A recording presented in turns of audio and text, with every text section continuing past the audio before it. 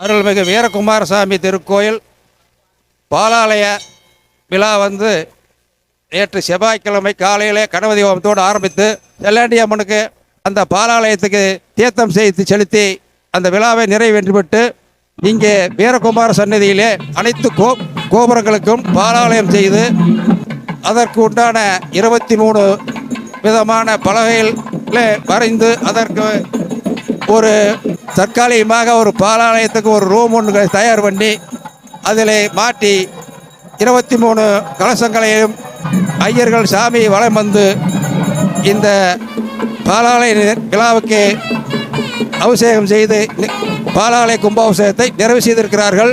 இந்த பக்த கோடிகள் அனைவரும் நம்மளுக்கு வீரகுமாரசாமி அருளே எல்லாம் ஒத்துழைச்சு இந்த கும்பாபிஷேகத்தை சிறப்பாக நடத்தி கொடுக்குமாறு கேட்டுக்கொண்டு விடைபெறுகிறேன். நன்றி, வணக்கம்.